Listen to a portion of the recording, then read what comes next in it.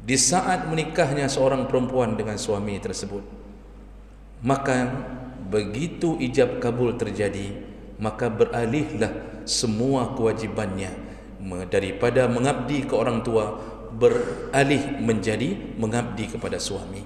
Bahkan mengabdi kepada suami lebih utama daripada mengabdi kepada orang tua oleh seorang anak perempuan.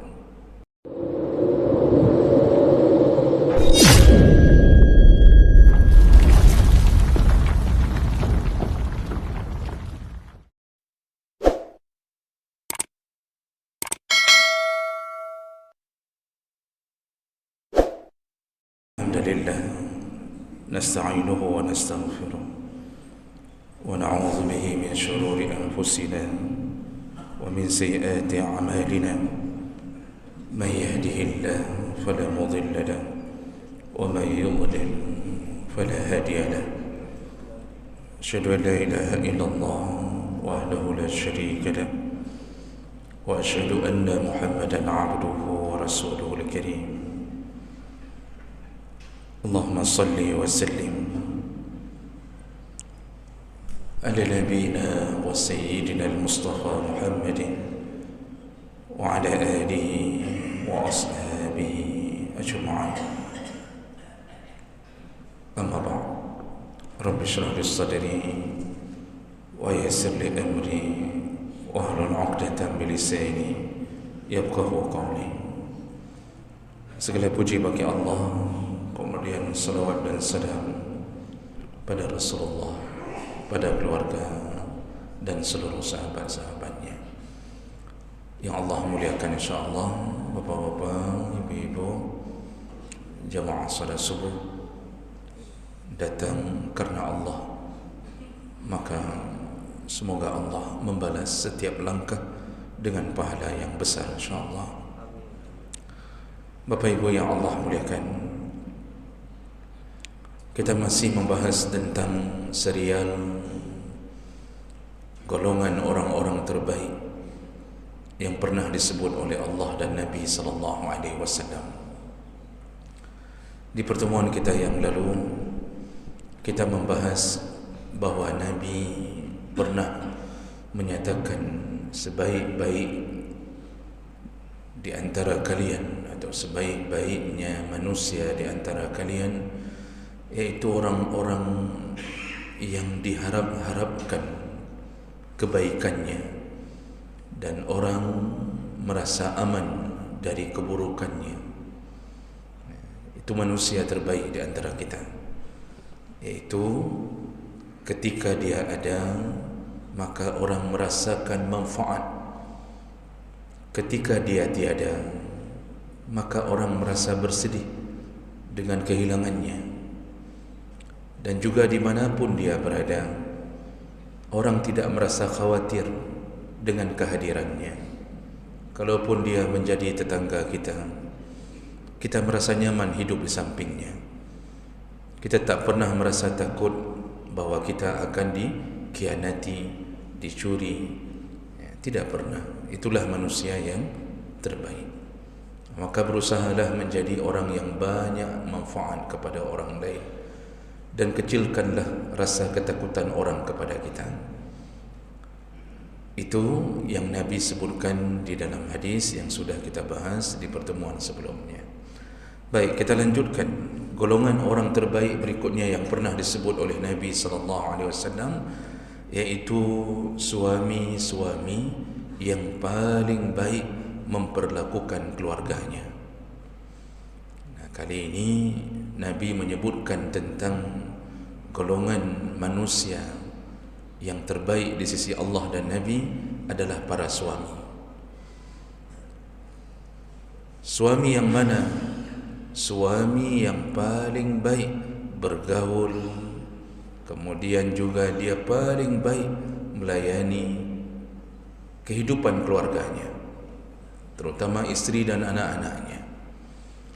Dan ini berdasarkan hadis Nabi sallallahu alaihi wasallam, hadis riwayat Tirmizi dengan derajat yang sahih dari Aisyah radhiyallahu anha, anna Nabi sallallahu alaihi wasallam qala, Rasulullah berkata, khairukum li ahli, orang yang paling baik di antara kalian adalah orang-orang yang paling baik kepada keluarganya. Wa ana khairukum li ahli, dan akulah contoh manusia paling baik kepada keluarga aku. Jadi seorang Nabi mengatakan, kalau mau lihat contoh suami terbaik dan manusia terbaik yang ada di permukaan bumi, lihatlah aku, kata Rasulullah. Lihatlah bagaimana diriku memperlakukan keluargaku. Jadi Nabi tentu ini bukan kalimat yang sombong, karena beliau seorang Nabi.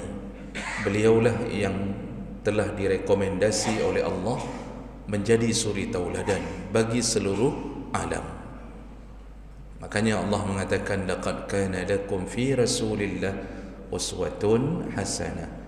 Sungguh pada diri nabimu ada uswah hasanah, suri tauladan yang baik. Makanya kalau Nabi itu memberi contoh, wajar. Beliau selalu memberi contoh tentang dirinya, tidak ada celah. Orang kalau bicara masalah akhlak Nabi dengan keluarga, maka orang tidak akan ada celahnya. Jadi bicaranya penuh dengan pujian, penuh dengan kebanggaan. Tidak ada kalimat tapi, tidak ada kalimat cuma, tidak ada kalimat namun. Tapi kalau orang bicara tentang seorang suami yang bergelar ustaz, bergelar tengku mungkin, bergelar orang saleh, alim, macam-macam Pak, diiringi dengan pujian, tapi ada batasan dengan kalimat tapi. Jadi kalau kita tanya sama isteri, kiban menurut Ron lintur Ron, bagaimana ibu, menurut ibu itu suami ibu itu bagaimana? Bukankah beliau seorang ustaz, misal kata kita, maka isteri akan mengatakan, hai good, alhamdulillah, ilmu ke panjang, orangnya baik, bagus orangnya. Tapi ada tapinya Pak. Tapi menyobengi lagai bui bengih menyogoknya. Orangnya baik, oh ustaz tu baik orangnya, dia suami yang baik, tapi kalau marah seperti babi mengamuk, kata isterinya. Itu menunjukkan apa? Ada kekurangan pada diri kita. Dia bicara tentang Masya Allah, kalau uang belanja dia kasih bagus, bahkan beliau selalu berbuat baik ke anak-anaknya. Tetapi itu semuanya menunjukkan apa? Kita tak sempurna seperti Nabi SAW. Kita belum layak jadi suri tauladan yang betul-betul harus diikuti oleh semua orang.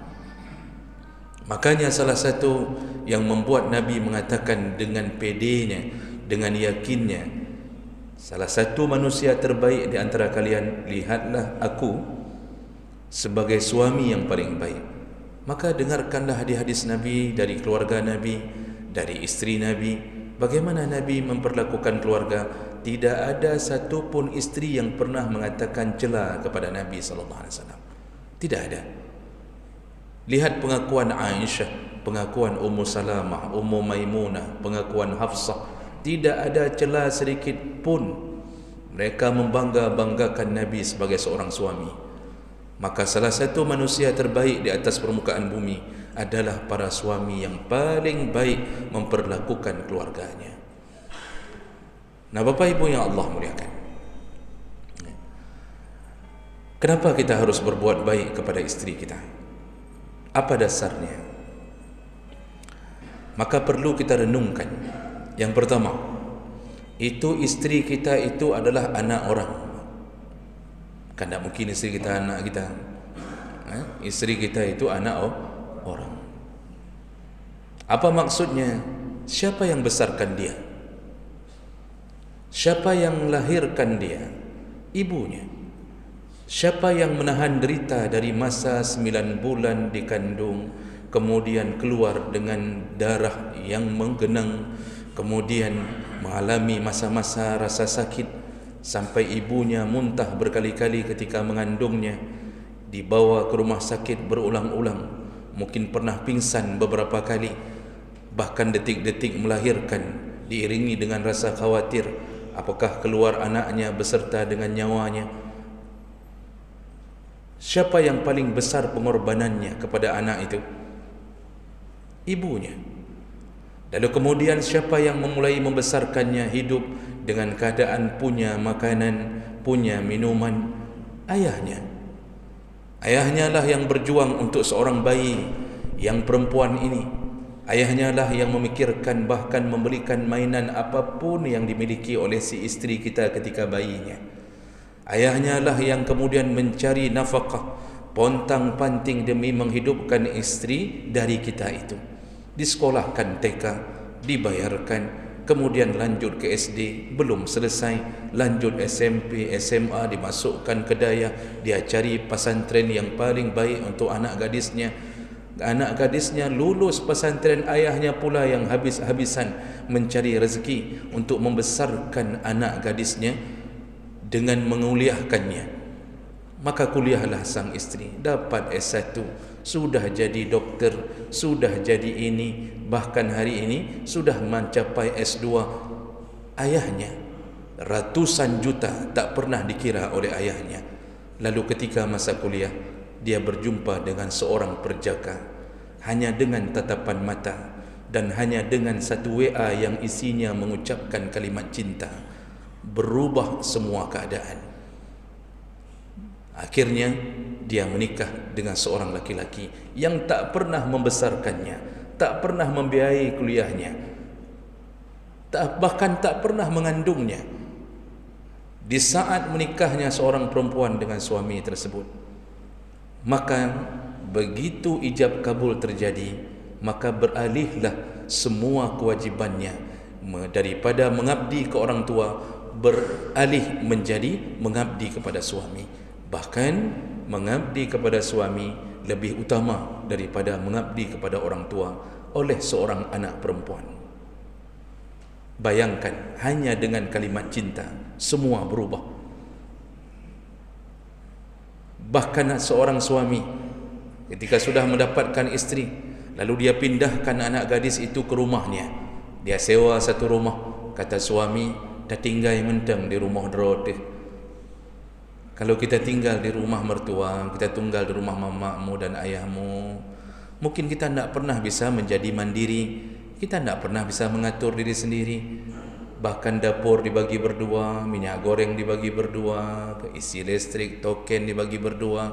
Apalagi token mau naik 12%. Akhirnya suami minta kita pindah saja ke rumah sewa.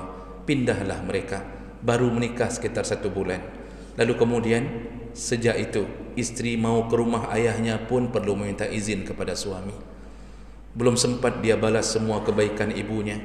Bahkan belum sempat ketika dia berhasil mengirimkan satu amplop berisi 500,000 pun kepada ayahnya.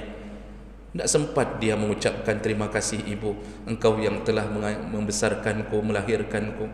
Terima kasih ayah, engkau telah berkorban kepadaku. Tak sempat kalimat itu. Semua beralih ke suami.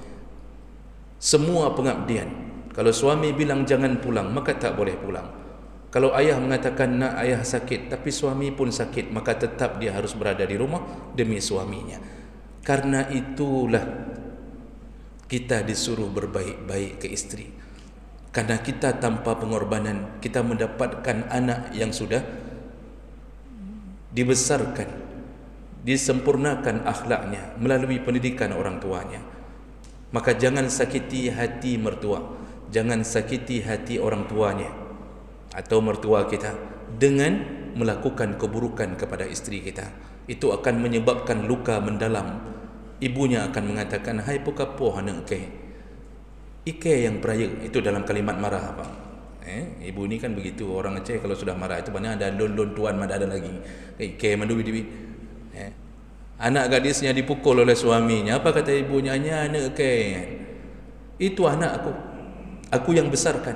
Kata ayahnya, apa urusanmu memukul anak aku? Kuizinkan dia menikah denganmu, lalu engkau hantam mukanya, engkau hancurkan jasadnya. Kami yang membesarkannya. Begitu lukanya seorang ibu dan ayah.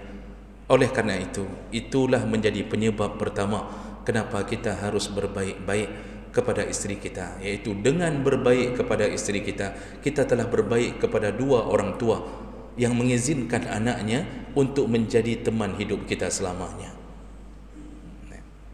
Orang kadang-kadang tak menyadari ini. Jadi kerana merasa tak memiliki, kerana merasa tak perlu mengeluarkan modal yang besar untuk membesarkan isteri, sehingga dia remehkan keadaan isterinya. Ini pertimbangan pertama yang harus direnungkan. Yang kedua, kenapa kita harus mencintai, kita harus berbuat baik kepada isteri kita. Ketahuilah bapa-bapa yang Allah muliakan, orang yang paling setia di dunia ini adalah isteri kita. Bahkan kesetiaannya melebihi daripada setianya ibu kita terhadap kita.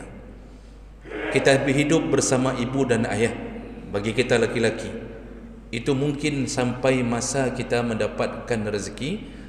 Bisa saja umur 21, 25 kita sudah dapat rezeki, lalu kemudian kita melamar seorang perempuan. Semenjak itu kita hidup bersamanya. Dan hidup bersama isteri itu lebih panjang biasanya daripada masa hidup dengan orang tua. Kita hidup bersama isteri sampai kita meninggal dunia. Bisa 30 tahun, bisa 40 tahun. Dengan orang tua kita hidup 25 tahun. Itu pun tak selamanya kita bersama dengan orang tua. Bisa saja dari muda kita sudah hidup mandiri, melajang.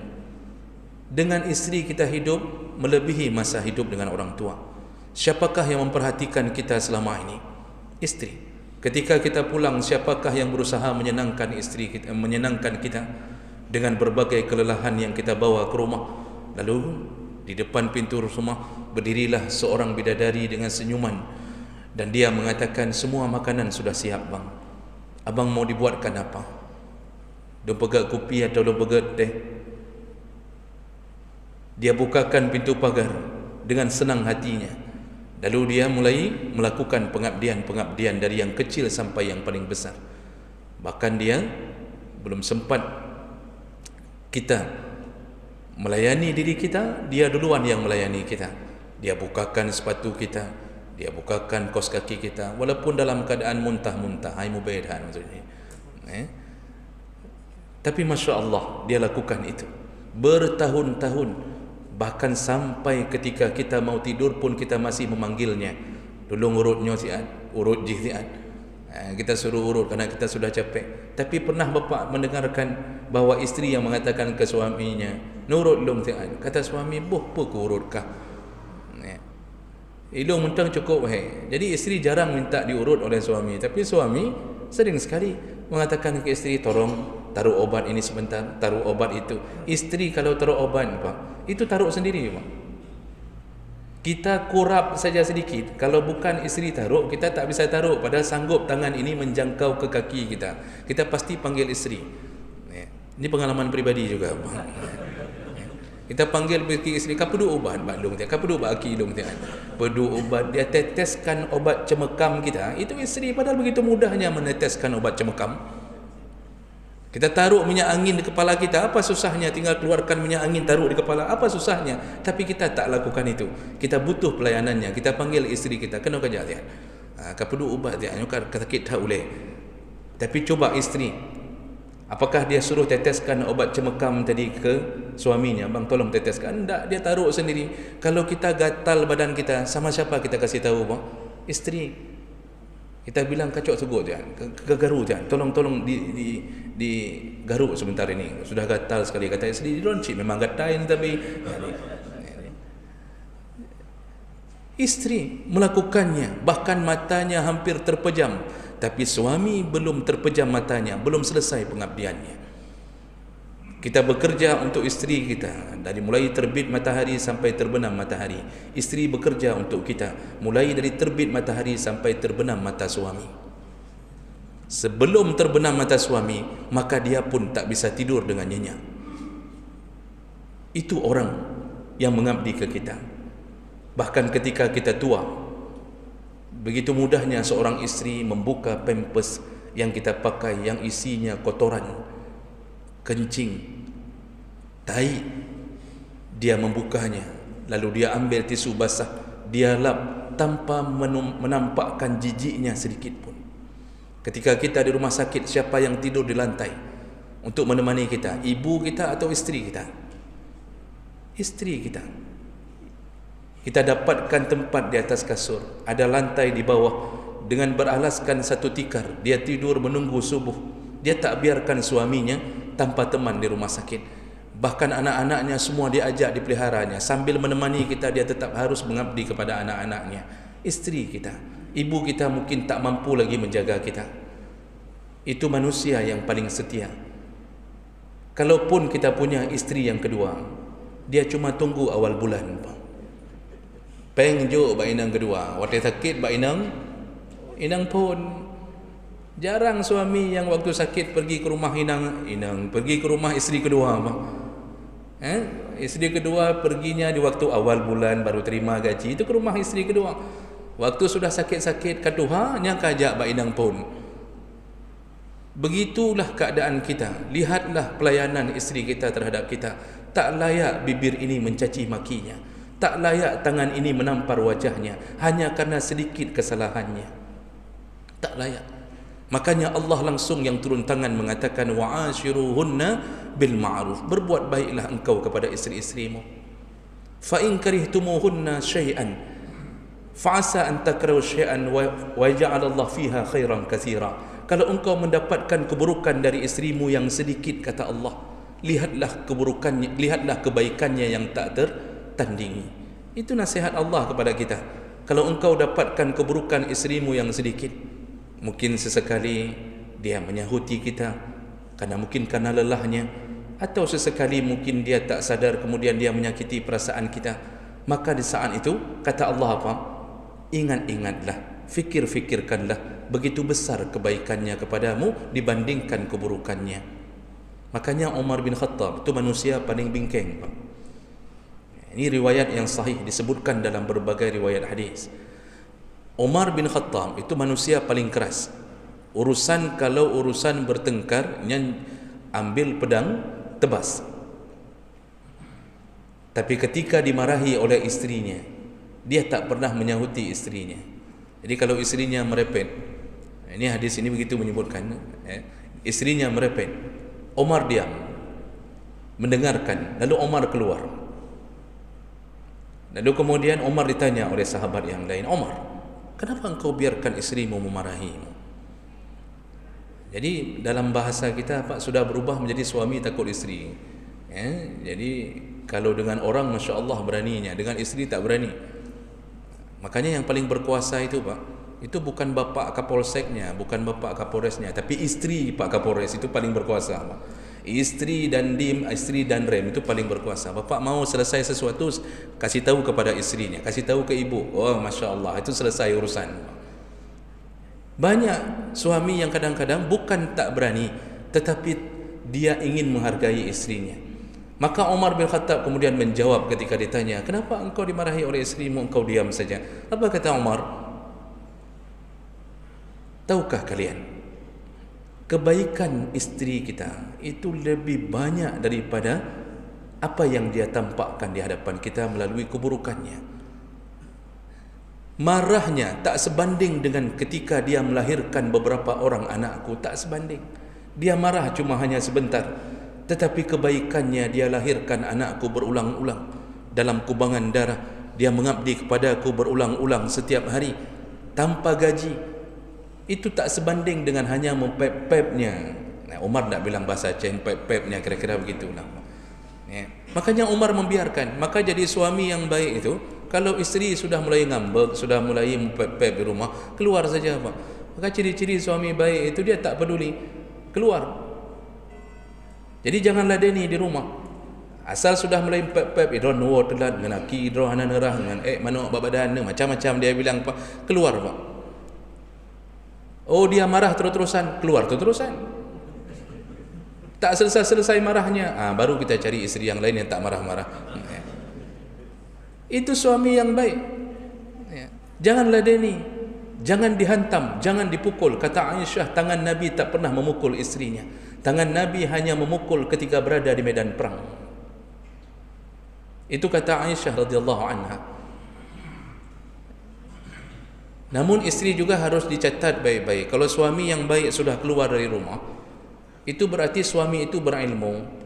Dia duduk, apakah dia pergi ke masjid? Kalau dulu para sahabat ke masjid, Pak. Karena Fatimah pun pernah marah kepada Ali dalam satu hadis. Lalu Ali pergi. Rasulullah datang ke rumah Fatimah. Beliau bertanya, "Kenapa? Kemana Ali?" Fatimah mengatakan, "Fi syai' baini wa bainah ya Rasulullah." Wahai ayah, ada sesuatu antara aku dengannya. Rasulullah sudah tahu itu bertengkar, karena bertengkar itu hal yang wajar. Tak mungkin hidup berdua 40 tahun tanpa bertengkar sekalipun. Kalau ada orang yang mengatakan selama aku hidup bersamanya tak pernah aku bertengkar sekalipun, itu bohong atau memang dia belum pernah menikah, Pak. Nyan mustahil nyan. Rasulullah saja bertengkar sampai pernah menceraikan Hafsah dengan talak satu. Tapi yang Rasulullah lakukan itu Hafsah yang memulainya. Rasulullah tak pernah menyakiti isteri. Makanya kalau suami pergi itu ke Ali, kemudian dicari oleh Rasulullah. Rasulullah pun tak nanya kepada Fatimah sampai nanya detil, "Kenapa begitu? Ada apa denganmu? Coba cerita dulu, nak, cerita dulu." Biar ayah yang semprot si Ali. Tak ada itu. Makanya jadi mertua, jadilah seperti Rasulullah. Jangan terlalu banyak ikut campur ke keluarga anak. Ini kadang-kadang kita Pak jadi mertua tak siap jadi mertua. Begitu anak telefon, "Ayah, ini suami ini sudah begini dan begini," kita langsung telefon suami, "Ikah na pehawa ke?" Sudah mulai kita ancam menantu kita. Itu salah. Anak itu biarkan dia selesaikan urusannya sendiri. Bahkan kalau bisa salahkan dulu anak kita. Nak mungkin suamimu begitu, kecuali engkau duluan yang memulainya. Ini ndak sama kayak wali murid hari ini, Pak. Ditelepon sama anaknya di pesantren, "Ayah, nyo haji datang, Pak, dengan kekuatan, dengan kekuasaan, dia labrak gurunya, dia pukul gurunya, padahal anaknya yang salah." Jadi jangan jadi sampai mertua begitu. Lalu Rasulullah mencari Ali. Di mana Ali didapatkan? Di masjid. Jadi Ali salat 2 rakaat menenangkan hatinya. Itu Ali manusia ahli surga, dijamin surga, tapi ribut sama Fatimah. Kita yang hari ini, Pak, tak jelas bagaimana nasib kita. Jadi jangan pernah mengatakan kita nanti nak mungkin ribut. Ribut tu biasa. Tinggal buat jadual saja, Pak. Buat jadual.